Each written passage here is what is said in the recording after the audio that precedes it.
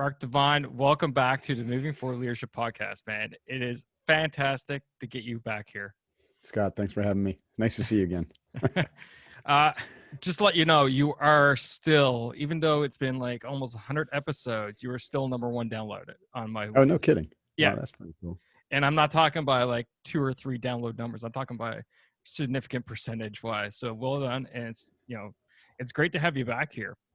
Yeah, no, it's lots happened. It's been a couple of years, right? Oh yeah, it's been about. It's like a real different world right now compared to last time we chatted. Literally, some strange ways for sure. So how are you making out in this COVID world and COVID environment? Because I know a lot of your business focuses around getting people together with the Seal Fit thing and all that. Yeah, well, fortunately, we had already begun to move digital. So we have our online courses. We have several of them all, and we've had those for several years. And then we had shifted our coach certification program for Unbeatable Mind from a long, year-long process that required 4 different touch points in person. We shifted that to a virtual only using Zoom. And that was about 9 months or a year before COVID. So we, and now that our live events are on ice, we've shifted to mostly virtual. And actually we just did a hybrid event. We did our annual or biannual Unbeatable Mind experience as a hybrid event where we had a few hundred people watching and participating virtually. And then we had about 25 high-end clients locally, and we had to, as best we could, do social distancing and all that. But it was pretty cool. It went really well. And so that'll be a model for the future for us. It's interesting. You would appreciate this, but because we're a very experiential, embodied leadership and team development company. And so we're thinking, how are we going to do this? So with the people we had in person, we took them out to the beach and did SEAL Fit type training on the beach, military style boot camp training on the beach. And then we had them do a long 3 or 4 hour ruck at night with, sandbags, the classic stuff. And we had them do an ice bath and, Kokoro yoga and all the breathing techniques. And the people at home, pretty much, not everyone, but pretty much most of them, because they were deeply committed to this whole process of being unbeatable, did it on their own, right? So they filled up their bathtubs with ice. While we did the ice bath, they did their ice bath. While we did our PT, they did their PT. While we did our yoga, they did their yoga. While we went out for, a ruck, they went out for a ruck. It was pretty extraordinary. Loved it. It kind of goes towards a couple of different things there. One of your background, i.e. U.S. Navy SEAL, of, adapt, overcome, still find a way to achieve the mission, i.e. for your business, right? And pushing things to the online space and doing a bit of a mix there and stuff like that. But the other part, which we're really going to dive in today, was, forging that elite team that people, regardless of where they were physically located, still felt that connection and that drive to be part of the team, not to let the team down and continue on, including, filling up their bathtub with ice and jumping into it. The whole theme of the event was uncommon. And the idea is, to thrive in VUCA, you got to do uncommon things. And in order to do uncommon things, you got to become uncommon yourself. And that means you have to develop and live an uncommon stand. And the stand is essentially what you stand for, because if you don't stand for something, you'll fall for anything. And so we had them throughout the course of the weekend develop their integrated 5-mountain training plan and get really clear about their future post-COVID, so a lot of vision work around what's their purpose, what are they passionate about, how are they going to align with that and create a new vision for their future, and then a mission plan to focus on that. But then the piece that really makes people uncommon is to create a stand that is their uncompromising set of behaviors that they're going to habituate and discipline until they're just baked into their character. Right. So that when they show up, they just show up as an uncommon human being and other people take notice. But more importantly, they just get ridiculously uncommon results. And that's kind of what's happened with our company. Like we're thriving in VUCA. Personally, I'm thriving. Of course, as a military guy, you understand this. When the crisis hits, we kind of up our game because that's what we're tooled for crisis. Yeah. And when everything's all hunky-dory and it seems all calm, the Navy SEAL tends to get a little bit bored. Right? Not to say we get complacent, but we can get a little bit bored. So we take on extra projects and we work out extra hard. But it's when the crisis comes that we kind of ratchet into our front sight focus mode and like, okay, now's it's time. You know, the warrior steps into the breach. Let's go. So that's kind of what's happened with myself and my company. We're in the breach, and we're teaching people how to maintain mental toughness and resiliency, and a calm center in the storm that they're experiencing around them, and then to understand that this is the new reality. To be fair, it's always been the reality, but the perception was that we were going through a calm period for the last maybe a few years. But if you can prepare your body, mind, and spirit to handle any situation, no matter how chaotic, how VUCA, then you can pretty much thrive and help others thrive and bring your team along, and to really accomplish some extraordinary things while everyone else is suffering. And you don't want to see that suffering, so then you're going to turn your eyes toward those people and really help them through it as well. So that's kind of what we're doing. That's awesome, man. So much good stuff in there. So today we're really focusing in on your latest book, Staring Down the Wolf. Right, which came out a week before the lockdown, by the way. Wow, great timing. It didn't what else get, we're gonna do? Every single media appearance was canceled because they were so focused on the COVID. There couldn't have been a worse time to launch a book. But I was thinking it was a great time to launch a book because no one else got nothing else to do but read. But I've proven wrong. Yeah. That sucks, but people are finding it anyway. So hopefully you'll get at least a couple sales, because I'll give you a quick little story. The last time you were on, episode 54, by the way, for the listener, it's movingforleadership.com/episode 54. So if you're listening to this and haven't listened to that, go back and listen to that one, because we're not going back. We're going to launch forward here. But after that show, one of the listeners, Rob, shout out to Rob, sent me a copy of The Way of the Seal. So we discussed The Way of the Seal in depth. But today we're going to talk about Staring Down the Wolf. So it's all about forging elite teams and the 7 commitments. So from your standpoint, what are elite teams and what are they comprised of? What makes a team an elite team versus an average team? Well, there's a few things that are really key. One is that, in pursuant to what I was just talking about, an elite team has a set of standards that they're willing to stand their ground on. And those are unique standards. If you take the SEAL teams, for instance, they have an extraordinarily high standard for physical and mental preparation and readiness. They have extremely high standard and bias toward action, which means the way they think and the way they plan and the way they execute is very aggressive, very action oriented. Not everyone has that stand. They have a high standard for who they let into the organization. And as a result of that, it takes sometimes 3 to 5 years, to actually become a Navy SEAL, even if you've got the right stuff. They've got a high standard for how they handle risk. So they have a very high tolerance for risk, but a very low tolerance for lack of risk mitigation and risk planning. Does that make sense? So they kind of bracket that with very, very detailed planning, obsessive amount of training, ridiculous amount of training, so that, we can take on risk that seems impossible or inordinate for the average human being, or organization. So those are some of the things that kind of characterize an elite team. It's a culture of, a constant and never-ending growth built on courage and trust and respect, and an operational focus of improvement every day, trying to improve the individual's capacity to perform, to improve the team's capacity to accomplish the mission, given the range of skills, tools, operational requirements, and actual mission sets that we're tasked with, so that every day we have this commitment to excellence.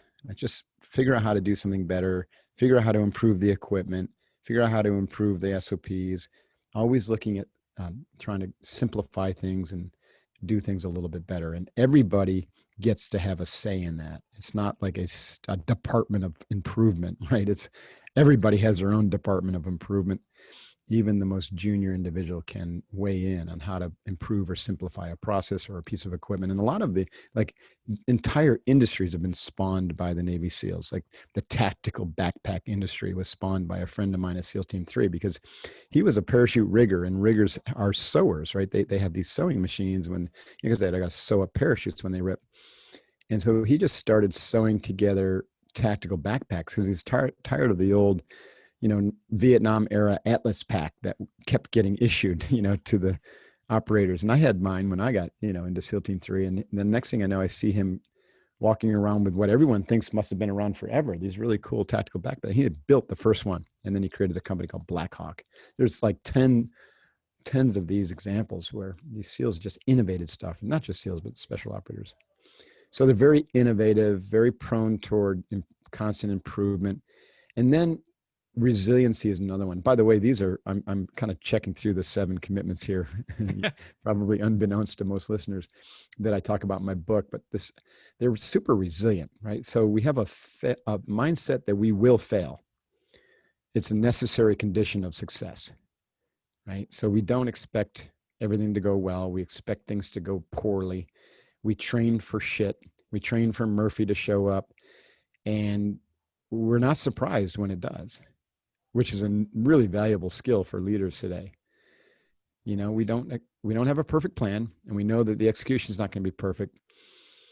So we fail forward fast, and we actually try to fail forward faster every day. And that makes us extremely resilient, because when we're hit by that challenge or the obstacle or the failure, we're ready for it. We're expecting it. We don't shy from it, and actually we embrace it, because that's where the growth is. That's where the learning moments are, and the real opportunities for the team to innovate and to adapt and improvise and overcome and find a way or make a way to succeed. And then the last thing that really makes elite teams utterly unique is total alignment. So many teams are not aligned. They're not aligned in vision. They have different visions for what their personal vision is for being on the team, what the team's vision is. They have different senses of what the mission is, even, and maybe different pictures in their mind of what success looks like for the mission.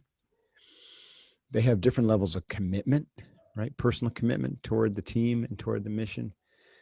A lot of times individuals have different levels of discipline around their preparation and training, and even their commitment to self-improvement. And so you get all this disparity and these clashes, right, which make a very complicated culture. And any culture will literally vibrate to its lowest level. If there's a dissonance in the culture, then it tends to shift the vibratory energy of the whole team out of balance, right? It's like if something's oscillating nice and smooth, and then someone injects some negativity or a different level, a different viewpoint that is a fixed mindset viewpoint, for instance, it creates this kind of either cognitive or emotional dissonance, and then it shifts everything out of whack. And so teams tend to fall to the lowest common denominator, whereas an elite team, they don't allow this to happen. They're in total alignment. Everyone's, at the same level of commitment. Everyone must have the same level of discipline toward their training and preparation and mindset. They have clarity around what the vision is and what the vision for mission success is and what the boundaries are for that.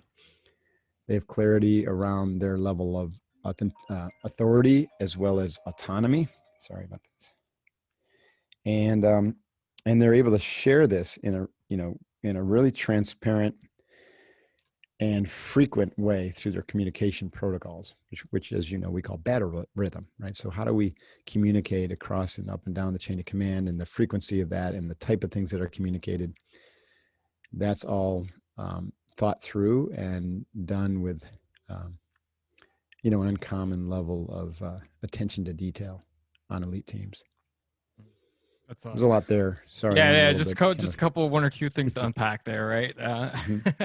But one of the things that struck me that I'd like to dive a little bit deeper into was your notion that even the most junior person or the newest person of an organization can bring things forward. And often when people think of military organizations, they think of that hardcore gunny Sergeant Hartman, orders coming down, you will do this, you will do that.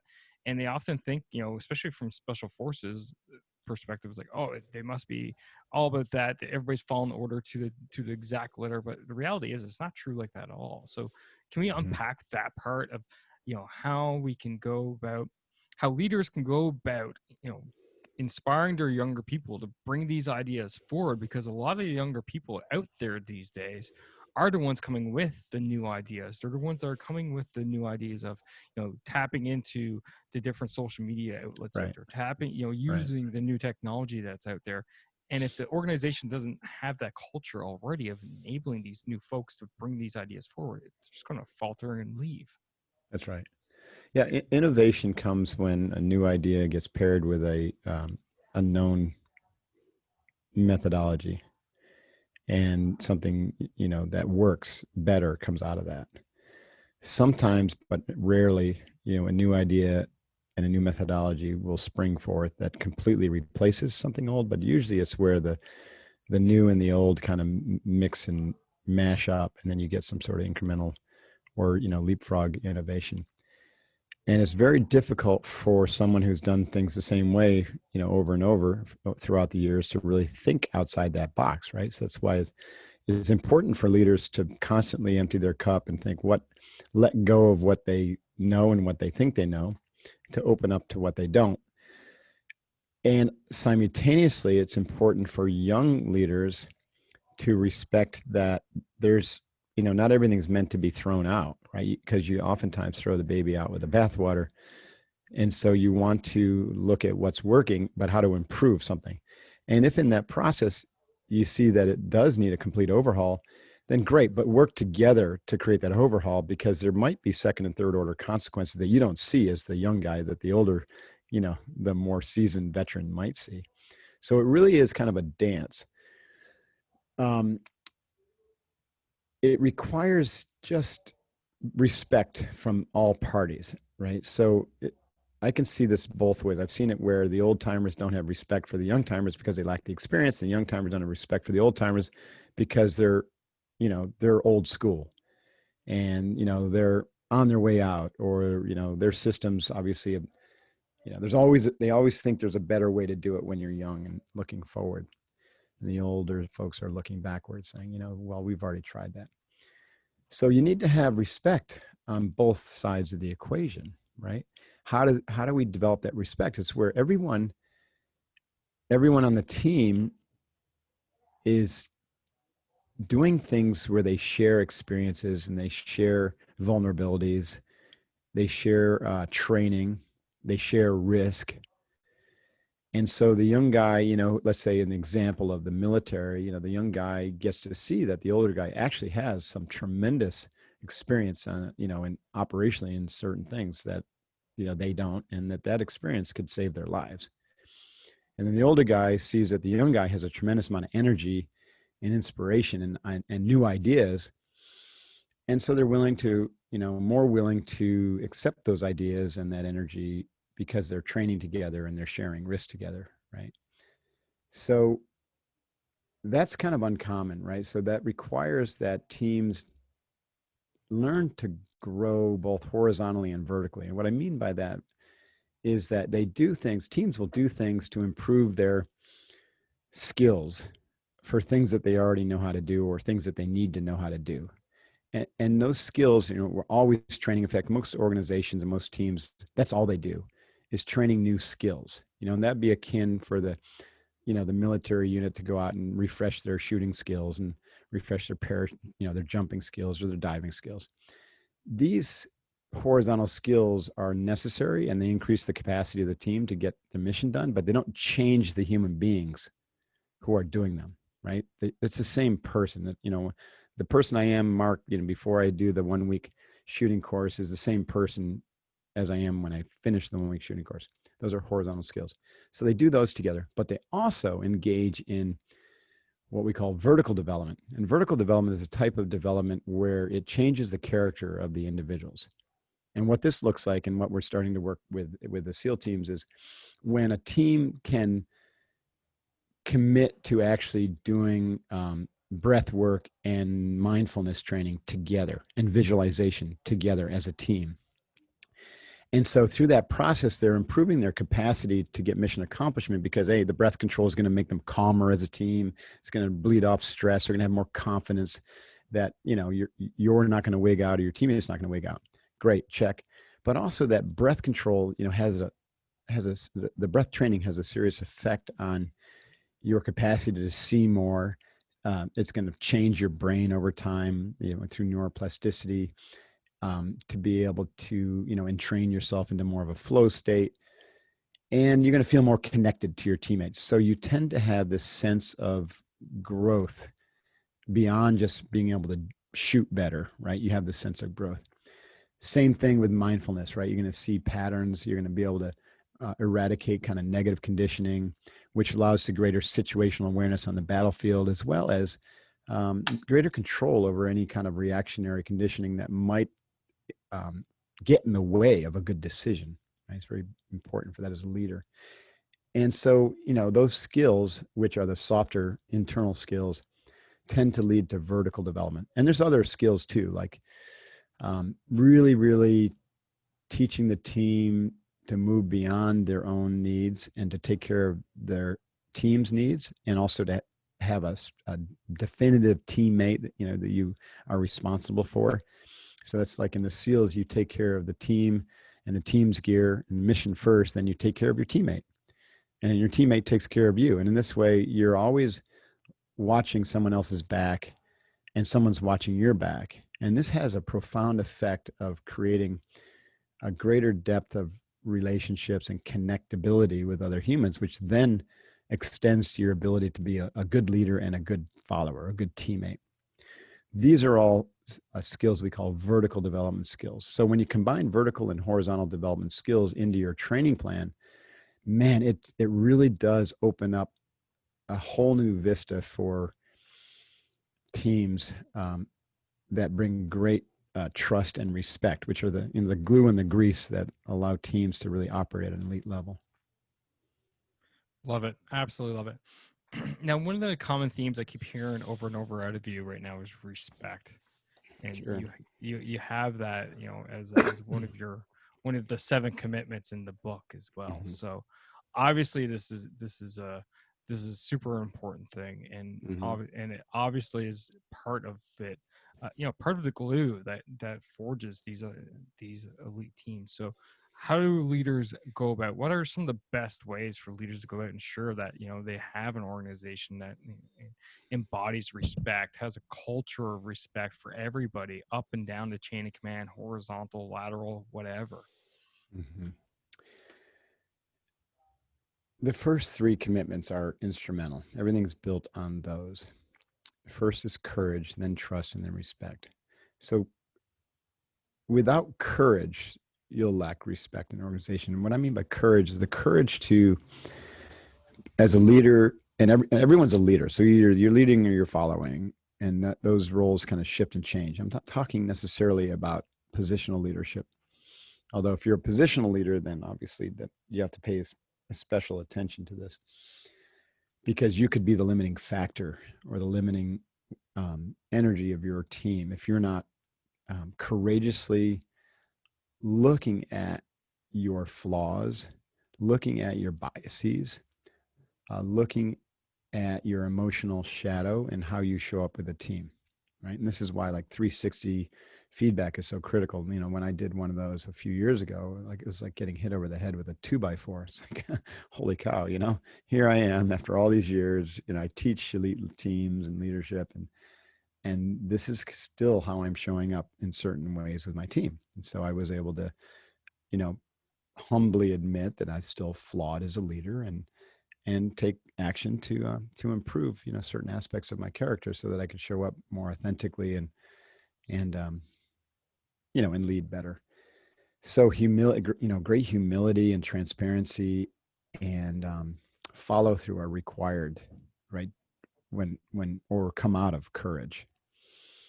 And what I mean by follow through is a follow through, when there's a character defect that's identified, you actually take action on it. You don't just nod your head or deny it or, pretend that it's just, people don't know what the heck they're talking about.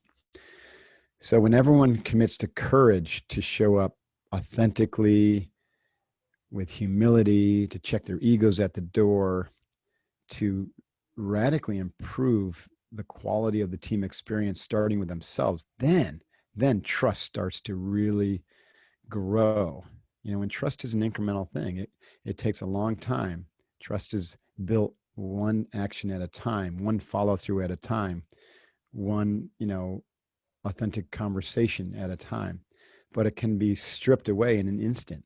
You've heard the term in the military, one aw shit wipes out 1,000 attaboys, right? That's what we're talking about there. Like, you could build 1,000 attaboys of trust and have it wiped away in one heartbeat, just because if you're not paying attention to your negative reactionary conditioning or your shadow, and you show up and you drop a little bomb because you're having a bad hair day, then boom, it's gone. The good news is, if you build a bank account of trust, you can build it back fairly quickly, but you have to start with apology and start with acknowledgement that you did something to screw things up. And a lot of leaders struggle with that because they think they're supposed to be perfect. So you got to drop the perfectionism, drop the need to be right, which is like crack cocaine for human beings, needing to be right. You drop all that, drop righteousness, drop judgmentalism, drop perfectionism, and show up with the team fully admitting that you're a flawed human being and don't have all the answers, just like them. And together we can solve this, because together everyone can achieve more, which is one of the acronyms I love for team. So then trust in the team, trust in the ability to, when we're authentic and we act with integrity and we speak the truth, we may not always, my truth may not sync up with your truth, but we can have a conversation about, why, and maybe there's a middle ground or a higher order truth that can come out of that.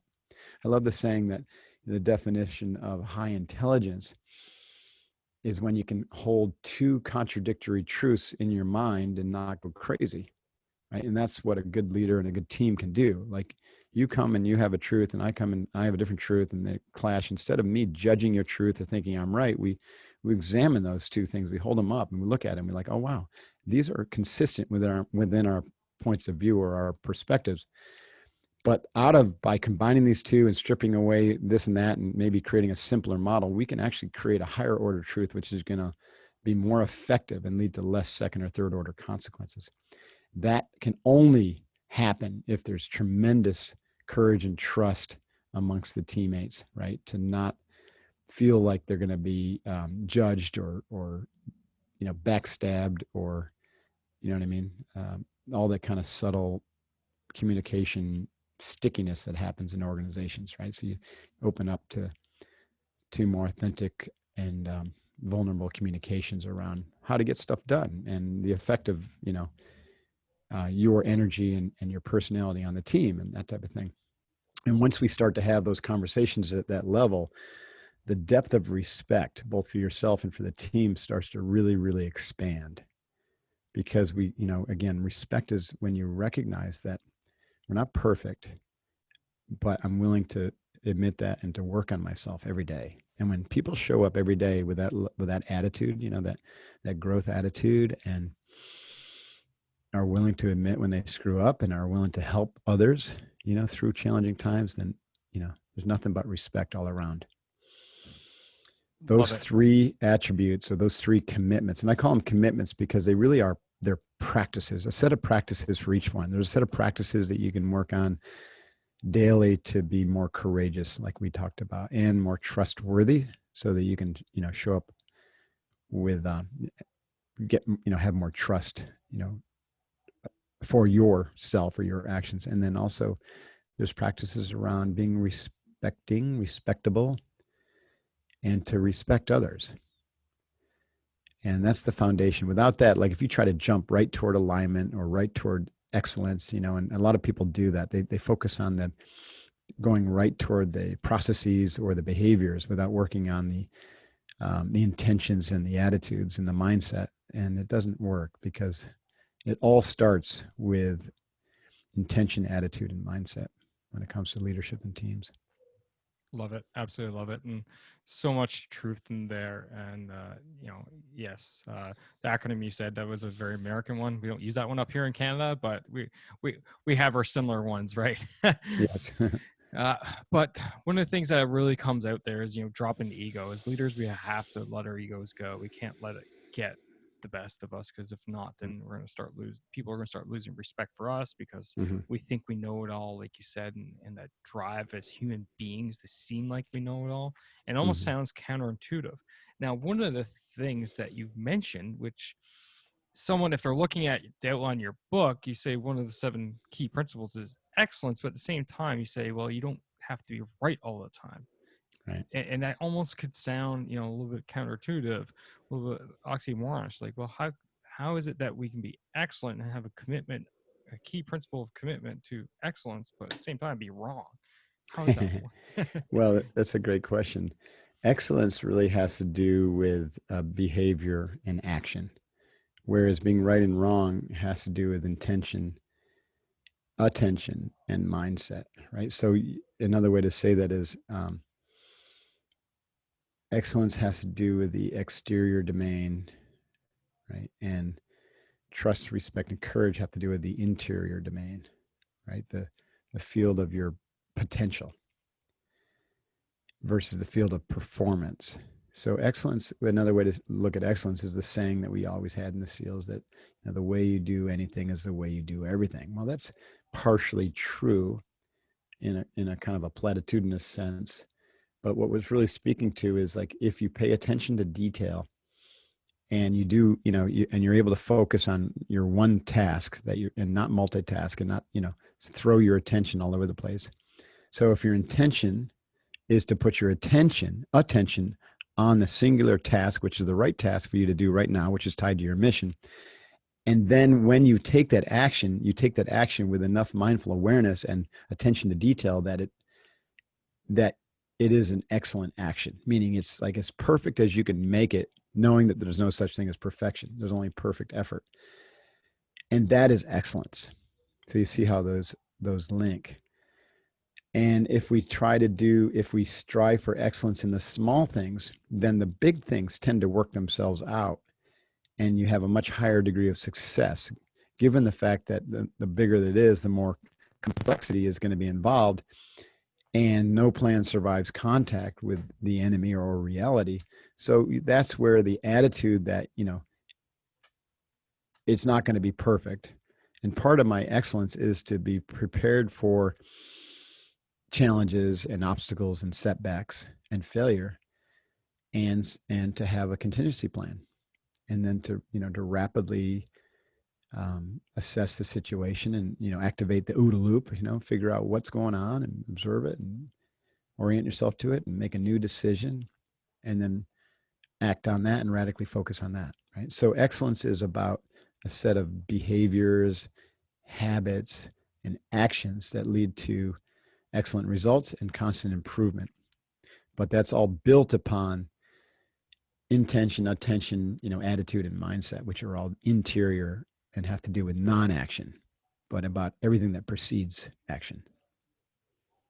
Makes absolute sense to me, and absolutely love it. And one of the cool things that's coming out now is suddenly the linkages across the 7 principles and how Mm-hmm. one is basically flowing into the other. So you talked about courage, Mm-hmm. trust, respect, and how they're the foundation. And Mm-hmm. we kind of skipped over growth, but it's been Right. sprinkled throughout. And Yeah, now the we're growth into the growth is the vertical and the horizontal growth. right. But it's hard. You can't get the vertical growth unless you have courage, trust, and respect Exactly. because the energy gets stuck. And now we're just talking about excellence in Right. that, and like you said, no plan survives contact with the enemy, reality, however you want to use the saying. Right. And therefore excellence becomes, how do you adjust? How do you continue? How do you ensure that you still Mm-hmm. get the task done? And that now ties into resiliency. Right. Right. And we talked a lot about resiliency, but obviously resiliency as a leader and as a team, they have to be important, because we go through ups and downs. That's life.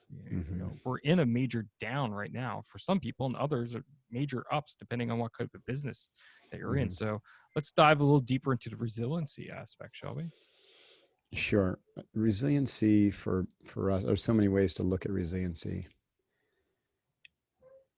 It's this attitude or this experience, again, resiliency has an internal and external aspect to it as well.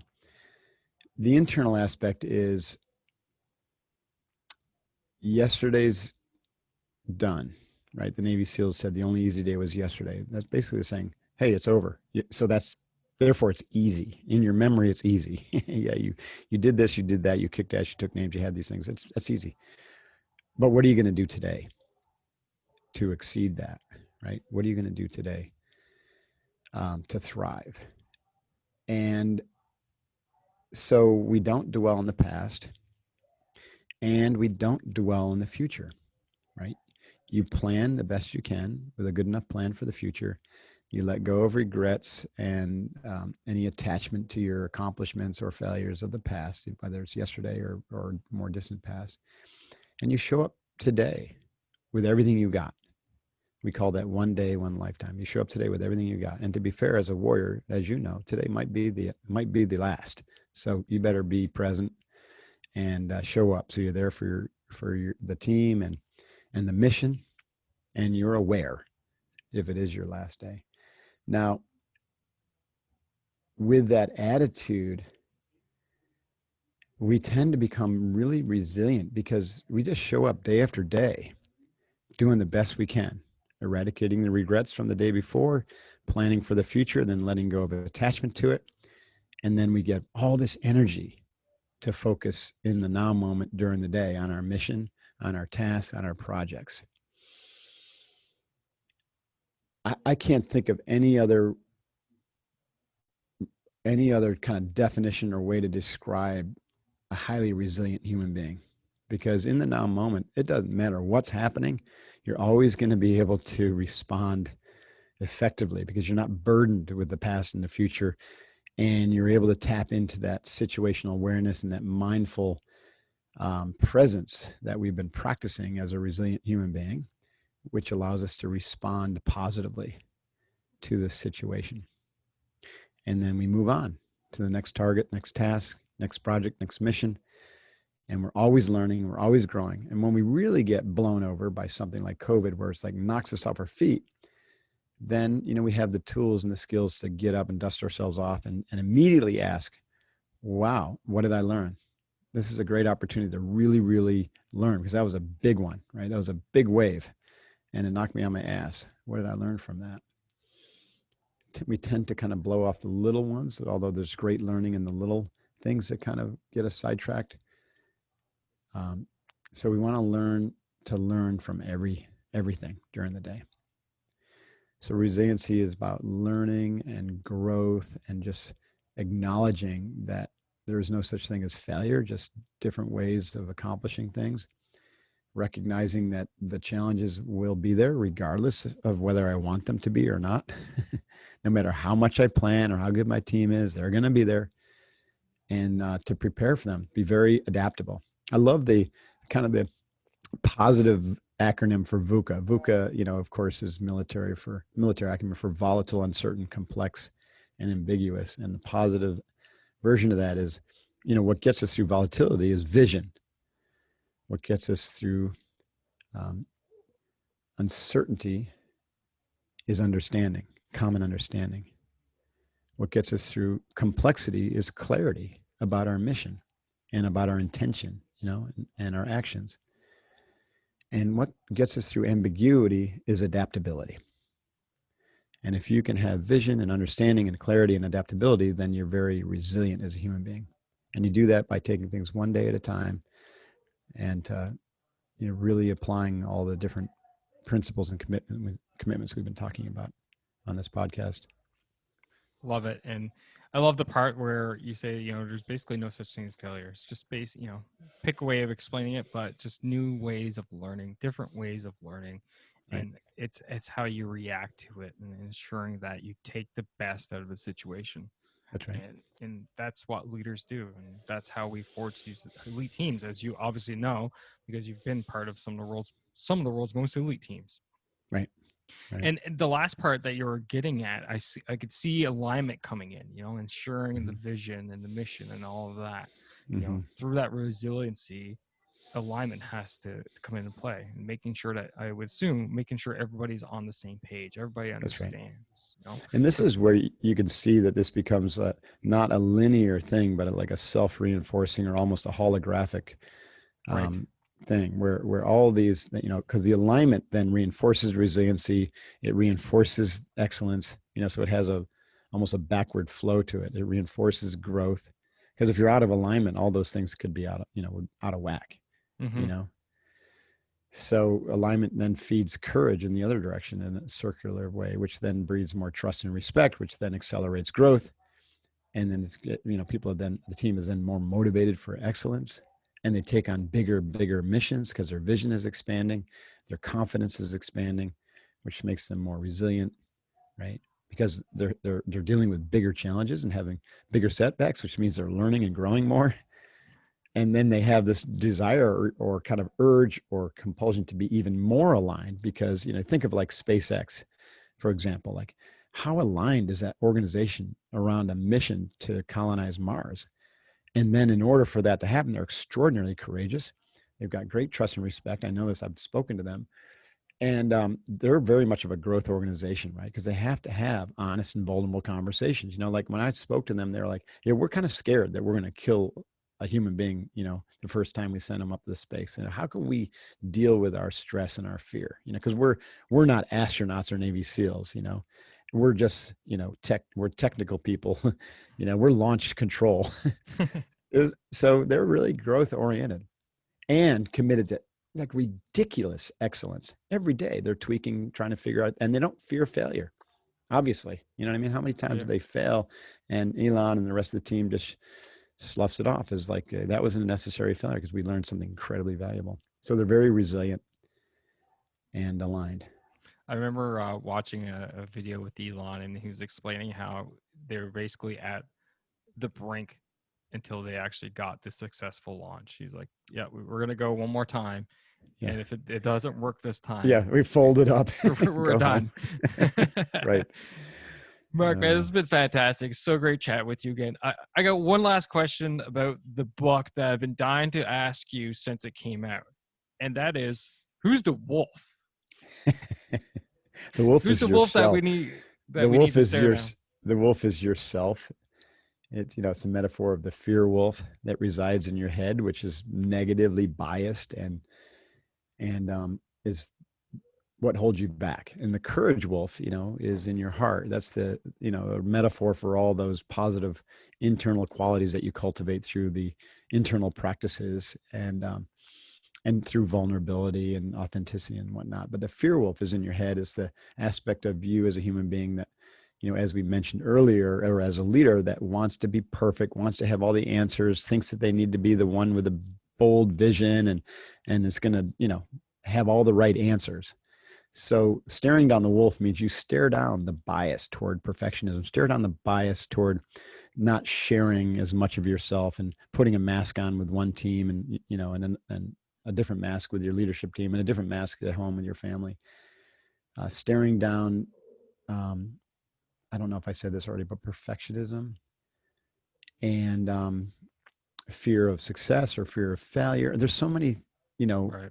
shadow elements and biases that we carry around as humans. You got to stare that stuff down and starve it out. Like the metaphor of you starve the fear wolf, then it's going to lose its energy and power. And then you feed the courage wolf, and that courage and acting from your heart center and being more trusting and respectful and more connecting as a human being, which is going to have enormous effect on your team to unlock its 20x potential.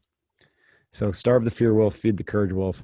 You starve the fear wolf by staring down the aspects of your character that are, less than optimal until you eradicate them. Awesome. And then you show up more fully as a leader. Love it. Now, Booyah. as we wrap up the show here, I do got a couple last questions for you. One which both actually that you did answer last time, but we're gonna compare notes this one, because this last question is one I ask all the guests here at Moving Forward Leadership, And that is according to you, Mark Divine, what makes a great leader? Yeah, a great leader is someone who takes their eyes off themselves and puts them on their team. I bet that will be pretty much verbatim from last time. It might be. Because if you can't do that, you have no business leading. Awesome. And finally, how can we follow you? How can we find you? Feel free to give yourself a shout out, shameless Oh, plug. cool. Thanks. Personal website, markdivine.com, Instagram, #RealMarkDivine, all that kind of stuff. The training and coaching, we have a great certified coaching program. We're really ramping up for Unbeatable Mind, which, we teach these things, and we have, really deep immersive programs to help leaders and teams embrace these 7 commitments. That information is at unbeatablemind.com. And that's a good place. Those are probably enough for now. Yeah. And for the audience member, all the links, including the other ones that you mentioned in the last episode, are all in the show notes. Just go to movingforleadership.com/142. Mark, one thing, we are actually recording this show in the middle of September, but I'm far ahead in my recording right now. But I want to let you know something, and probably something special, that this show is actually going to air on what you guys refer to as Veterans Day. We call it Remembrance Day. So from one soldier to a former soldier, thanks for your service. But everybody out there, take a moment to do a moment's silence for those our friends who never got to come back. Thank you for doing that. And also, I do want to add that we have a nonprofit foundation to help vets who are suffering from post-traumatic stress. It's called the Courage Foundation, and we're doing a workout fundraiser in partnership with another foundation. And it's a really fun and simple way to raise awareness for veterans suffering from post-traumatic stress. And then what we do with that money is we put them through a integrated recovery type program that includes 12 months of coaching support from us, as well as an immersive training. So couragefoundation.net or feedcourage.org are actually go to the same place. So if you're so inspired to support the vets, check it out. That's amazing. Oh yeah, that's added in the show notes already as well. Again, man, it's been a pleasure. It's been an honor to have you back on the show here. It's a great chat as always. Yeah. Thank you, Scott. I appreciate it very much.